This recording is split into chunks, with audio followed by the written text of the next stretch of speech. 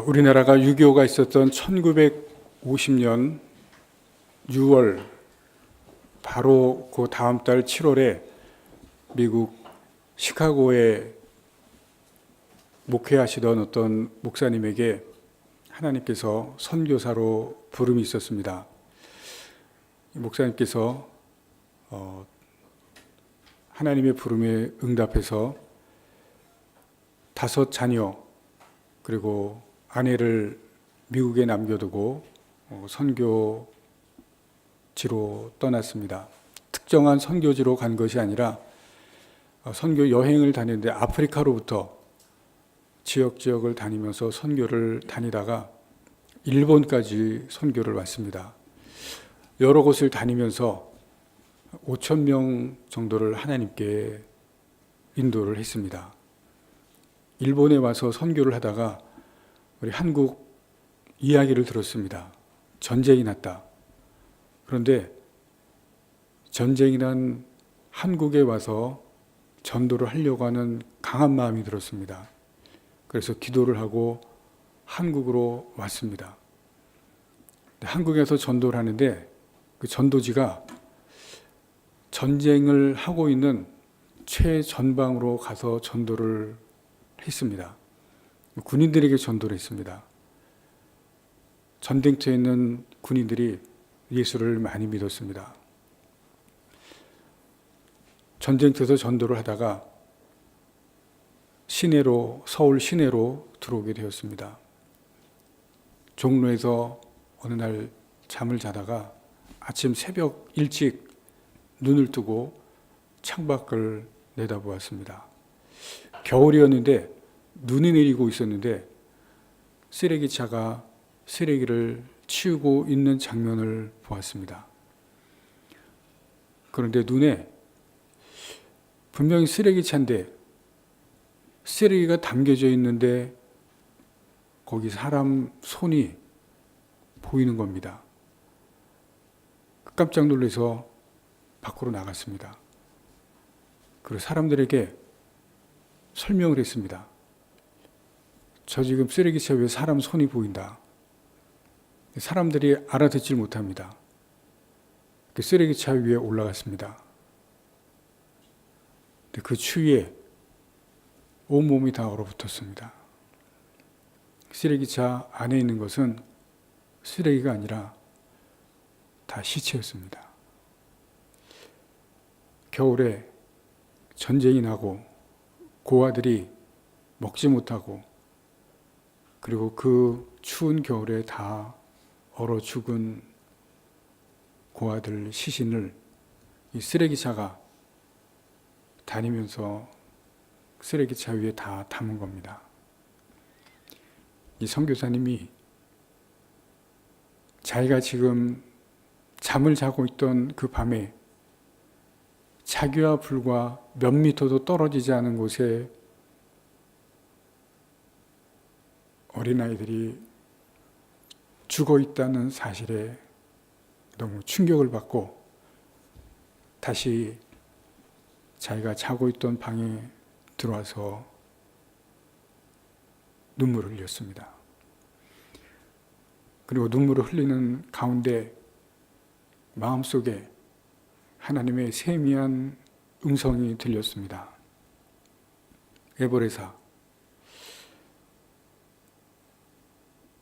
보았느냐? 이제 너는 어떻게 살아가야 하겠느냐? 고향인 시카고로 비행기를 타고 돌아가는 길에 이 비행기 안에서 이 아이들, 한국에 있는 고아들을 어떻게 도와야 될지 고민을 하기를 시작했습니다. 내 눈으로 보았던 이 죽어가는 아이들, 내가 어떻게 도와야 될까? 근데 비행기를 타고 가는 중에 이상한 일이 벌어지기 시작했습니다. 중간에 비행기가 멈추는 중간 기착지인 시애틀에서 바로 도착한 그날 봉투 하나가 전달이 되었습니다. 그 봉투 안에는 한국을 위해서 써달라고 하는 메모지가 부착이 되어 있었는데 이 목사님에게 전달되는 봉투였습니다. $50가 들어있었습니다. 근데 그 메모가 정확히 어느 나라를 위해서 쓰여달라고 하는 그런 메모가 붙어 있습니다. 한국이라고 하는 메모가 붙어 있었습니다. 그리고 집에 도착하자 집에 수표 하나가 자기에게 전달이 되었습니다. 한국을 위해서, 한국에 도움이 되는 그러한 목적을 위해서 사용해달라고 수표가 전달되었는데 $1000가 도착이 되어 있었습니다. 정확한 나라 이름이 적혀 있었습니다. 한국을 위해서 쓰여달라. 이렇게 이 목사님이 고백을 합니다. 성령님은 나의 순종을 기다리고 계셨고 난 순종했다. 예벌의 수완선 선교사님이 이것을 통해서 사역을 시작한 것이 컴패션입니다. 여러분 다 아시죠? 한국의 고아들, 그들의 죽음을 보고 그리고 하나님의 음성을 듣고 시작한 것이 컴패션입니다. 그리고 미국에 있는 사람들과 한 사람 한 사람 연결을 시키고 그리고 후원을 얻고 이것을 통해서 한국의 수십만 명이 생명을 구원을 얻습니다. 그리고 도움을 얻고 공부를 하게 되고 그리고 그들이 새로운 삶을 시작하게 되었습니다. 한 사람이 부르심을 받았고 그리고 그의 부르심을 통해서 한국의 수많은 고아들이 새로운 생명을 얻게 되고 새로운 삶을 시작하는 것을 우리가 보게 됩니다. 이 컴패션이 지금은 전 세계 가난한 어린이들을 돕는 일을 하게 되는 것을 여러분들이 아마 알게 될 것입니다. 어린 생명들을 돕고 어린 생명들을 구원하고 그들에게 새로운 삶을 살게 하는 것, 그들을 통해서 또 새로운 일들을 하게 되어지는 것을 우리가 이야기를 통해서 많이 듣게 됩니다. 이 컴패션을 통해서 도움을 받은 많은 사람들이 그들이 어떠한 새로운 삶을 사게 되었는지 또 이야기를 듣고 있습니다. 오늘 본문 말씀은 오병이어의 기적입니다. 우리가 지난 시간 보았지만 다시 한번 이 말씀을 보는 이유가 있습니다. 왜냐하면 보리떡 5개와 물고기 2마리로 예수님께서 전에도 없었고 또다시 없을 기적을 행하게 되는데 이 기적이 어떻게 가능하게 되었는지, 예수님께서 어떻게 이 기적을 행하실 수 있게 되었는지 우리가 오늘 그것을 볼 수가 있습니다. 이 기적이 가능하게 된 것은 한 아이가 예수님께서 자기가 가지고 있었던 것을 드림을 통해서 이 기적은 가능하게 됩니다. 이 오병이의 기적은 보았던 사람들, 이 자리에 있었던 사람들이 전혀 불가능한 일을 보게 되었기 때문에 사복음서에 다 기록이 있습니다. 그런데 재미있는 것은 다른 복음서에는 보리떡 5개와 물고기 2마리를 예수님께 드렸다고 기록이 되어 있는데 누가 드렸는지는 출처가 없습니다. 누가 이것을 드렸는지 이것을 기록한 것은 오직 요한복음에만 기록이 있습니다. 다시 9절 말씀을 보시기 바랍니다. 여기 한 아이가 있어 한 아이가 보리떡 5개와 물고기 2마리를 드렸다. 요한복음에만 이른 말씀입니다. 오늘 이 기록을 통해서 우리는 누가 예수님께 이것을 드렸고 어린아이를 통해서 이 기적이 가능했음을 비로소 알게 될 수가 있습니다. 어린아이 하나의 드림, 헌신, 이것이 이 놀라운 기적을 가능하게 했음을 우리는 요한복음을 통해서 알게 됩니다. 이것을 통해서 우리가 알게 될 수 있는 것이 있습니다.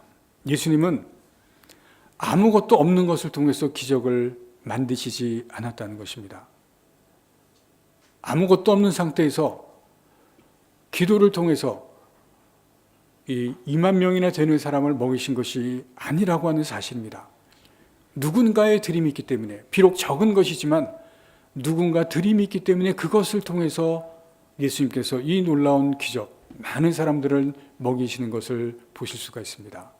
그 누군가의 드림이 어른이 아니라 이 작은 아이의 드림입니다. 이것을 통해서 우리가 생각해 볼 수 있는 첫 번째는 어린아이를 가볍게 여기지 말라는 것입니다. 어린아이를 우습게 여기지 말라는 것입니다. 제가 한 가지 질문을 드립니다. 여기 네모가 있습니다. 몇 개로 보입니까? 어렵게 생각하지 마십시오. 깊이 있게 생각하시면 힘듭니다. 몇 개로 보입니까? 네, 하나죠. 이 네모는 엄청나게 많습니다. 왜냐하면 이 네모 뒤에 수많은 네모가 있기 때문에 그렇습니다. 여러분, 하나로 보일지라도 똑같이 겹쳐지는 네모가 이 뒤에 수없이 끊임없이 있을 수가 있습니다. 하나로 보이지만 여러분, 이 네모 하나는 그 뒤에 수많은 네모가 겹쳐져 있을 수 있다는 것을 우리가 생각해 볼 수가 있습니다. 눈에 보일 때는 하나지만 그러나 이 네모 뒤에 똑같은 네모가 수없이 뒤에 있을 수가 있습니다. 그것을 생각해 볼 수가 있습니다. 제가 지금 무슨 말씀을 드리려고 하냐면, 여러분, 아이들은 지금의 모습 그대로 고정되어 있지가 않습니다. 청소년들, 청년들은 지금의 모습 그대로가 아닙니다. 앞으로 자라서 어떻게 될지를 모릅니다. 무한한 잠재력이 있다는 것입니다. 우리가 어린아이를 또 청소년들을, 청년들을 가볍게 보지 말아야 될 것은 그들에게 있는 잠재력 때문에 그렇습니다. 앞으로 커서 어떻게 될지, 무엇이 될지 우리는 알 수 없습니다. 그 잠재력을 무시하지 말라는 것입니다. 그렇기 때문에 어린아이들, 청소년들, 청년들, 지금의 모습이 우리가 보는 다가 아닌 것을 우리가 볼 수 있어야 됩니다. 오늘 본문 말씀에 보시면 제자들이 어린아이들을 어떻게 보는지 사복음서가 다 마찬가지입니다. 10절 말씀에 보시면 마지막 부분에 사람들이 앉으니 수가 5,000명쯤 되더라. 이 숫자는 남자들만 센 숫자입니다. 어린아이들 포함이 되지 않습니다. 어린아이들을 우습게 여겼다는 겁니다. 그러나 지금 이 기적의 현장 가능하게 만든 것은 어린아이가 가지고 있던 것, 어린아이의 드림을 통해서 이 기적이 가능하게 됩니다.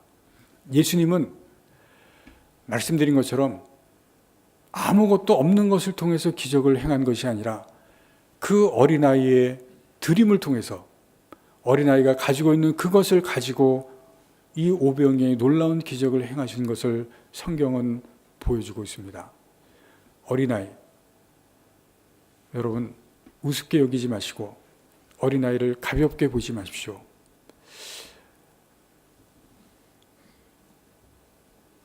어떤 가정에 여러 명의 자녀가 있습니다.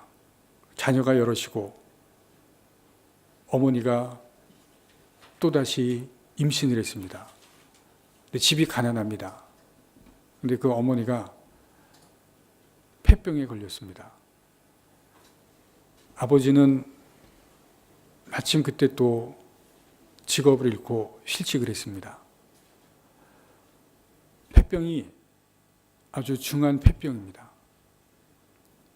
여러분, 이 상황에서 지금 자녀가 한둘도 아니고 여러 명의 자녀에 어머니는 폐병이 중하게 걸리고 아버지는 직장을 잃고 돈을 벌지 못하고 이 어머니가 자녀를 낳아야 될 것 같습니까? 아니면 자녀를 포기해야 될 것 같습니까? 여러분 생각은 어떻습니까? 자녀가 없는 것도 아니고 자녀가 여럿입니다. 근데 지금 폐병에 걸려서 본인도 심각합니다. 남편은 실직을 해서 지금 벌이를 못합니다. 어떻게 하는 게 가장 최선일 것 같습니까?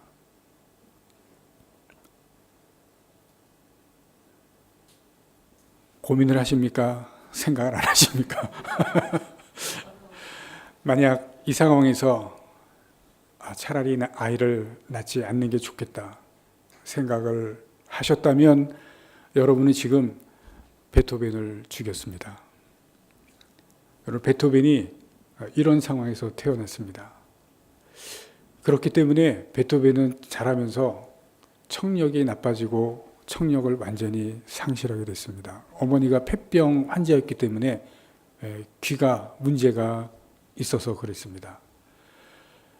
그럼에도 불구하고 자녀를 낳았습니다.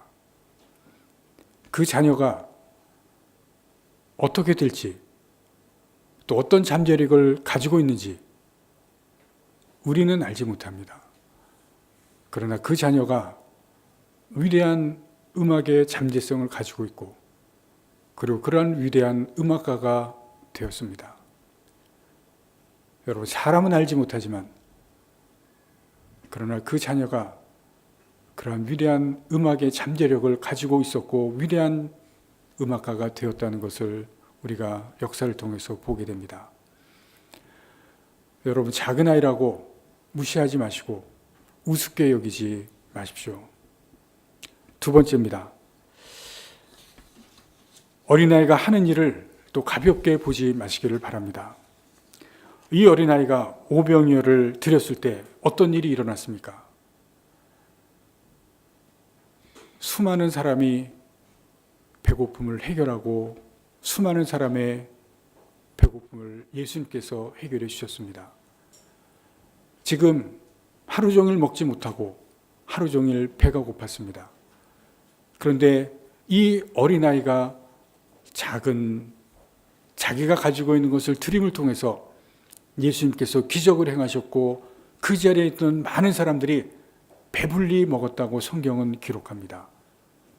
어린아이가 한 행동, 어린아이가 한 일, 바로 이것을 통해서 이 놀라운 일이 일어났습니다. 그런데 여기는 이것보다 더 중요한 일이 있습니다. 이것보다 더 중요한 일이 무엇인지 아십니까? 요한복음에서 이 오병이어의 기적을 기록한 목적입니다. 오늘 읽은 본문 말씀 뒤에 가면 예수님께서 이것을 기록한 목적을 요한이 정확하게 기록을 합니다. 오병이어를 통해서 오늘 15절 말씀에 지난주에서 보신 것처럼 예수님께서 떠나십니다. 왜냐하면 사람들은 먹을 것을 찾기 때문에 그렇습니다. 6장 24절 말씀을 봅니다. 무리가 거기에 예수도 안 계시고 제자들도 없음을 보고 곧 배들을 타고 예수를 찾으러 가버나움으로 갔다. 예수님을 찾으러 갑니다.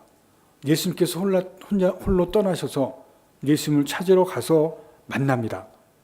25절에 보시면 바다 건너편에 만나 라삐어 언제 여기 오셨나이까? 그러니까 예수님께서 26절에 보시면 예수께서 대답하여 이르시되 내가 진실로 진실로 너희에게 이르노니 너희가 나를 찾는 것은 표적을 본 까닭이 아니오 떡을 먹고 배부른 까닭이다. 너희가 나를 찾는 것은 먹을 것 때문에 찾는다. 너희가 또 먹을 것을 달라고 나를 찾아왔다. 그러면서 27절에 중요한 말씀을 하십니다. 썩을 양식을 위하여 일하지 말고 영생하도록 있는 양식을 위하여 하라. 이 양식은 인자가 너희에게 주리니 인자는 아버지 하나님께서 인치신 자니라. 지금 오병이어를 이 기적을 행하신 목적이 무엇이냐면 예수님께서 영원히 썩지 아니하실 양식이라는 것을 말씀하시기 위해서 오병이어의 기적을 행하셨다는 것입니다. 그것이 22절 이하에 계속해서 말씀하십니다. 여러분, 이 어린아이가 행한 이 일을 통해서 예수님께서 무엇을 가르쳐 주십니까? 내가 생명의 양식이다. 썩지 않을 양식이다. 이것을 가르쳐 주시고 있습니다. 어린아이는 작은 것을 행했지만 이 작은 일이 예수님이 누구신지를 가르쳐 주시는 놀라운 가르침이 됩니다. 여러분, 이것을 보실 수 있기를 바랍니다. 어린아이가 하는 일, 사람들을 배불리 먹인 것, 그것에서 끝나는 것이 아니라 예수님이 누구신지를 가르쳐 주시는 이 위대한 가르침이 여기에서 나오게 됩니다. 그냥 가르쳐 주면 그것으로 끝나게 되겠지만 이 기적의 사건은 사람들이 잊지를 않습니다. 그것을 통해서 많은 사람들이 예수님이 누구신지를 알게 됩니다. 어린아이의 작은 행위, 작은 드림이 예수님이 누구신지를 가르쳐 주시는 이 놀라운 일을 우리가 여기서 보게 됩니다. 그렇기 때문에 어린아이가 하는 일도, 어린아이의 행위도 우습게 여기지 말고 무시하지 말라는 것을 우리가 보게 됩니다. 오늘 우리 교회 세 번째 목적을 함께 생각해 보고 있습니다. 하나님께서 이 교회를 세우셨는데 이 교회가 이제 어떻게 나아가야 되고 무슨 목적을 가져야 되는가? 세 번째입니다. 다음 세대에게 소망을 주는 교회. 오늘 본문을 통해서 우리가 이 말씀을 함께 생각해 봅니다. 이 교회가 하나님께서 주신 목적, 다음 세대에게 소망을 주는 교회가 되기 위해서 어떻게 해야 될지 우리가 함께 생각을 해봅니다. 아이들에게, 청소년들에게, 청년들에게 다음 세대를 위해서 무엇을 해야 될지 우리가 고민해야 되는데, 첫 번째는 꿈과 소망을 주는 교회가 되어야 됩니다. 이 나라의 청년들이, 또 자라는 세대들이 꿈이 좌절되고 희망이 꺾이고 있습니다. 인생의 황금기라는 이 청년 시기, 여러분 그 시기를 보낸 분들 다시 돌아가고 싶어도 돌아가지를 못합니다. 얼마나 좋은 시기였습니까? 그런데 지금 이 청년 세대들이 많이 사용하는 단어, 그들이 입에서 나는 단어가 뭡니까? 포기입니다. 많은 것을 포기하고 있다는 것입니다. 여러분 얼마나 안타깝고 또 얼마나 슬픕니까? 많은 것을 꿈꿔야 되고 많은 것을 소망해야 되는 이 땅의 청년들이 많은 것을 포기하고 있다는 것이 얼마나 안타깝습니까? 이런 현실에서 우리가 할 수 있는 것이나 교회가 할 수 있는 것이 무엇이 있을까 생각해 볼 때 막막하기도 하고 캄캄하기도 합니다. 그러나 또 가만히 있을 수도 없습니다. 우리 교회가 저들에게 꿈을 주고 또 소망을 줄 수 있기를 원합니다. 그러나 꿈과 소망은 우리가 주는 것이 아닙니다. 이것을 우리가 잘 보아야 됩니다. 사람이 주는 것은 세상이 더 잘합니다. 여러분 요즘 기업들, 특히 잘 나가는 대기업들, 꿈과 희망을 주기 위해서 많은 프로젝트를 하고 있습니다. 그들은 돈이 많이 있기 때문에 좋은 프로그램을 만들고 있고 만들어서 잘 운영하고 있습니다. 가지고 있는 돈을 가지고 좋은 프로그램을 하고 있습니다. 제가 설교를 준비하기 위해서 인터넷 가지고 찾아봤습니다. 그런데 큰 기업들은 다 프로그램을 운영하고 있더라고요. 좋은 프로그램을 다 개발하고, 그리고 희망이라는 단어를 가지고 제가 찾아봤는데 모든 기업들이 다 프로그램을 가지고 있습니다. 야, 우리 교회는 따라갈 수가 없겠다. 제가 그런 생각을 했습니다. 그러나 또 한 가지를 생각하는 것이 있습니다. 사람이 주는 꿈, 사람이 주는 희망, 이것과 하나님이 주는 것과는 전혀 차원이 다릅니다. 지금 제가 말씀드린 것은 사람이 주는 꿈과 사람이 주는 희망이 아닙니다. 이것은 하나님이 주는 것입니다. 하나님이 주는 꿈과 하나님이 주는 소망은 사람이 주는 것과 전혀 다른 것입니다. 요셉이 어릴 적에 꿈을 꿨습니다. 두 번의 꿈을 꿉니다. 형들이 자기에게 절하는 것과 또 한 번은 부모님과 형들이 함께 자기에게 절하는 두 번의 꿈을 꿉니다. 그리고 애굽에 가서 국무총리가 되고 나서 자기가 어렸을 때 꿈을 꾼 것을 기억을 합니다. 그런데 그 꿈은 자기가 꾸는 꿈이 아닙니다. 하나님께서 꾸게 하시는 꿈을 꾸었습니다. 그 꿈은 세상이 주는 꿈이 아니라 하나님께서 꾸게 하시는 꾸는 꿈입니다. 하나님께서 주시는 꿈은 세상이 주는 꾸는 꿈이 아닙니다. 그것은 목적이 있는 꿈이고 하나님께서 주시는 사명이 있는 꿈입니다. 그래서 그것을 비전이라고 합니다.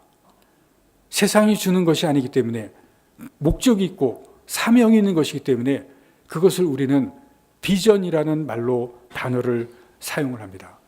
그래서 그것은 꾸는 것이 아니라 보는 것입니다. 하나님께서 주시는 것이기 때문에 그것을 보고 이 땅을 살아갈 때 목적을 가지고 그리고 보고 살아가고 사명을 가지고 내가 무엇을 해야 될지 분명히 그것을 보고 살아가게 됩니다. 우리가 다음 세대에게 주려고 하는 것은 세상이 주는 것이 아니라 하나님께서 꾸게 하시는 것, 하나님께서 가지게 하시는 것, 그 꿈, 그 소망, 그 비전을 보게 하고 가지게 하고 꾸게 하는 것입니다. 우리 교회가 다음 세대에게 우리 교회의 어린이들, 청소년들, 청년들에게 하나님께서 보게 하신 것, 하나님께서 꾸게 하신 것, 그것을 보게 하고 꾸게 하는 그러한 교회가 되기를 원합니다. 우리가 그렇게 되기 위해서 우리 성도들이 기도할 수 있기를 원합니다. 우리 어린이들을 위해서, 청소년들을 위해서, 청년들을 위해서 기도해야 됩니다. 이 부분을 위해서 제가 좀 더 구체적으로 기도하면서 계획을 세워나갈 것입니다. 어떻게 기도해야 될지, 어떻게 다음 세대를 위해서 기도해야 될지 이 부분은 제가 기도하면서 계획을 세우고 어떻게 해야 될지 하나님께서 마음을 주셨기 때문에 더 구체적으로 계획을 세워서 다음 세대를 위해서 기도하는 부분은 생각은 하나님께서 주셨기 때문에 구체적인 것을 세워나가면서 다음 세대를 위해서 앞으로 계속해서 기도할 것입니다. 왜냐하면 세상하고 다르기 때문에 하나님께서 주시는 것이기 때문에 우리가 앞으로 기도할 것입니다. 어떻게 기도할지 우리가 계획을 세워서 계속해서 기도해 나갈 때 하나님께서 이 교회에 오는 다음 세대들 반드시 하나님께서 주시는 그 비전과 하나님께서 보게 하시는 그 꿈을 주시고 그들이 그것을 이 교회에서 찾아나가고 세워나가고 보게 될 것입니다. 세상이 주는 것이 아니라 하나님께서 주신 것을 보고 그것을 찾아나가고 세워나가고 그것을 가지고 살아나갈 때 이 땅을 살아가는 그들의 삶이 세상 아이들과 세상 청년들과 다른 삶을 분명히 살아나가게 하실 줄로 믿습니다. 그러한 교회가 될 수 있도록 여러분들이 기도하실 수 있기를 바랍니다. 두 번째입니다. 마음에 무엇을 담고 있는가? 그것이 삶을 결정합니다. 마음에 담겨 있는 것이 행동이 되고 삶이 되고 인격이 됩니다. 교회에서 무엇을 담아 주어야 할 것인가? 예수의 정신입니다. 예수의 정신을 담아주는 교회가 되어야 됩니다. 어릴 때부터 그 마음에 예수의 정신을 담아줘야 됩니다. 어릴 때 못했다면 청소년 때 해야 되고 청소년 때 못했다면 청년 때 해야 됩니다. 그때도 못했다면 성년이 되어서 성인이 되어서 해야 됩니다. 그러나 어릴수록 하면 좋습니다. 예수 정신이 무엇입니까? 예수 정신은 성경에 있습니다. 성경 말씀에 예수 정신이 무엇인지를 가르쳐주고 있습니다.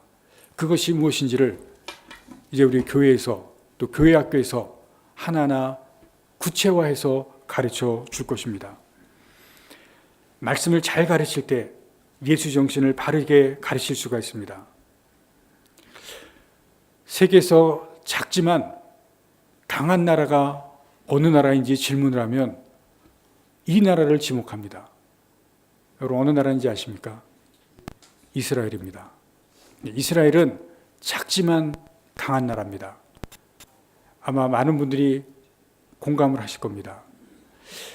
그 이유가 있습니다. 그 이유가 여러 가지가 있지만 그 중에 중심이 되는 것이 말씀입니다. 여러분 이스라엘은 작지만 강한 나라가 되는 그 아주 중요한 이유가 하나님의 말씀에 있습니다. 그들은 회당이라고 하는 곳에 와서 말씀을 배우고 말씀을 외우고 말씀을 마음에 담습니다. 이스라엘 나라가 외국에 많이 다른 나라의 침략을 당하는데 그 중에 아주 결정적인 것이 구약시대에 나오는 바벨론에서 침략을 당하고 나라가 완전히 멸망합니다. 그런데 그때 나라가 멸망하는 중에 하나님의 성전도 같이 없어집니다. 그때까지는 이스라엘의 신앙의 중심은 성전입니다. 성전에 하나님이 계시기 때문에 와서 섬기든지 아니면 성전을 향해서 기도하든지 모든 것이 성전의 중심인데 성전이 없어집니다. 그리고 바벨론의 포로로 잡혀갑니다. 바벨론의 포로로 잡혀가서 그 포로로 잡혀간 그곳에서 처절하게 여러분 처절하게 회개하고 회개합니다. 그리고 성전을 향해서 기도할 수가 없습니다. 왜냐하면 무너져 내렸기 때문에. 그리고 성전 중심의 신앙이 없어집니다. 그리고 거기에서 세운 곳이 회당입니다. 그리고 회당에서 이제는 말씀을 가지고 그들의 신앙을 다시 회복합니다. 성경 말씀을 읽고 말씀을 외우고 말씀을 가르치고 말씀을 마음속에 담습니다. 왜 그렇게 하는지, 왜 그들이 회당을 세우고 말씀을 가르치고 말씀을 외우는지 이유가 있습니다. 성경 말씀 한 곳을 찾겠습니다. 신명기 6장입니다. 그들이 왜 다시 말씀으로 돌아가는지 그 중심이 되는 것이 이 신명기 말씀 때문에 그렇습니다. 신명기 6장입니다.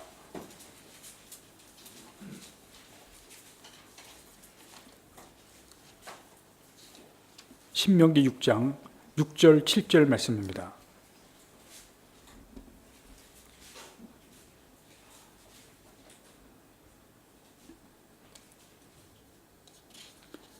6장 6절 7절 말씀 다 같이 한 목소리로 읽겠습니다. 오늘 내가 네게 명하는 이 말씀을 너는 마음에 새기고 내 자녀에게 부지런히 가르치며 집에 앉았을 때든지 길을 갈 때든지 누워 있을 때든지 일어날 때든지 이 말씀을 강론할 것이며. 여러분 6절 말씀에 보시면 내게 명하는 이 말씀을 너는 마음에 새기고 하는 말씀이 있습니다. 마음에 새기고 마음에 두라는 것입니다. 마음에 담으라. 말씀을 마음에 담으라.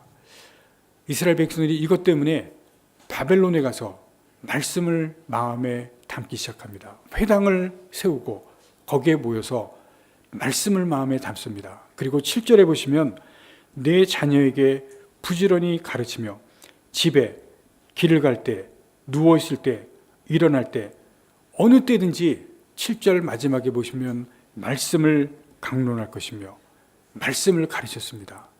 자녀들에게 말씀을 마음에 담게 했습니다. 마음에 심었습니다. 말씀이 마음에 심어질 때, 마음에 담아질 때 그때 그 자녀들이 하나님의 말씀으로 살아가게 됐습니다. 여러분 기회 있으면 동영상을 통해서 이스라엘 사람들이 회당에서 어떻게 하는지 한번 보시기 바랍니다. 우리 교회와 같은 크지도 않습니다. 작은데 회당에 딱 들어가면요, 회당에 들어와서 말씀을 펴든지 아니면 외운 말씀을 계속해서 외웁니다. 계속해서 외웁니다. 그리고 말씀을 가지고 옆에 있는 사람들하고 같이 토론합니다. 끊임없이 말씀을 가지고 읽고 외우고 토론합니다. 마음에 담는 겁니다. 그리고 그걸 가지고 가서 사는 겁니다. 나라가 강해질 수밖에 없습니다. 말씀을 가지고 살기 때문에. 왜 그런지 아십니까? 여러분 지금 예배를 마치고 여러분 밖에 나가면 그 다음부터 우리 마음에 담아지는 것은 다 세상의 겁니다. 여러분 잘 보시기 바랍니다. 지금부터 밖에 나가면 여러분 그 다음에 우리 마음속에 들어오는 건 다 세상의 것이 마음에 담아옵니다. 말씀드린 것처럼 우리 마음에 담겨져 있는 것이 우리의 삶을 결정합니다. 내 삶에 행동하고 내 삶의 생각에 무엇이 있느냐에 따라서 그것이 결정하는데 내 마음에 담겨지는 것, 나가면 다 세상 것입니다. 마음에 무엇이 담겨 있습니까? 다음 세대들, 아이들과 청소년들, 청년들, 그들 마음속에 무엇이 담겨져 있는가? 무엇을 담을 것인가? 예수 정신을 담아야 됩니다. 하나님의 말씀으로 담아야 됩니다. 그래야만 그들이 그것을 가지고 이 땅을 살아가게 됩니다. 여러분, 우리 앞에 부모님들, 그리고 그 전에 부모님들, 얼마나 열심히 가르쳤습니까? 교육에 얼마나 최우선순위를 두고 가르쳤습니까? 그렇지 않습니까? 그런데 거기에 열심히 가르쳐서 우리가 지금 잘 살게 됐습니다. 그런데 거기에 아주 중요한 것이 있습니다. 무슨 정신으로 가르쳤습니까? 열심히 가르쳤는데 가르친 정신은 뭡니까? 정신이 없습니다. 이거 잘 보셔야 됩니다. 정신없이 가르쳤습니다. 정신이 없습니다. 정신없이 가르쳤기 때문에 지금 우리나라가 어떻습니까? 정신이 없습니다. 정신이 없어요. 정신 없으면 어떻게 됩니까? 정신 없는 사람 봤죠, 길거리에. 정신 없는 사람 어떻게 됩니까? 그 말 그대로 정신이 없어요. 지금 우리나라 정신 없습니다. 정신 없는 나라가 됐습니다. 여러분 여기에 예수 정신을 담아야 됩니다. 여러분 우리 자녀들에게, 다음 세대에게 예수 정신을 담지 않으면 여러분 우리나라는 계속해서 정신없는 나라가 됩니다. 여러분 이 교회가 예수 정신을 담는 교회, 그것이 하나님께서 우리 교회에 주신 세 번째 목적입니다. 그렇게 지금 다음 세대에게 예수 정신을 담는 교회가 되기를 원합니다. 그런 교회가 되는 것이 목표입니다. 우리 교회에 하나님께서 주셨습니다. 하나님께서 주시는 꿈, 하나님께서 주시는 소망, 이것을 다음 세대에게 주고, 그리고 예수 정신을 그 마음 가운데 담고 그것을 가르치는 그러한 교회 되도록 우리가 기도하고 힘써 나가실 수 있기를 바랍니다. 우리도 예수 정신을 마음속에 담고 살아가면서 우리 다음 세대를 가르치는 여러분과 이 교회가 될 수 있기를 간절히 바랍니다. 기도하시겠습니다.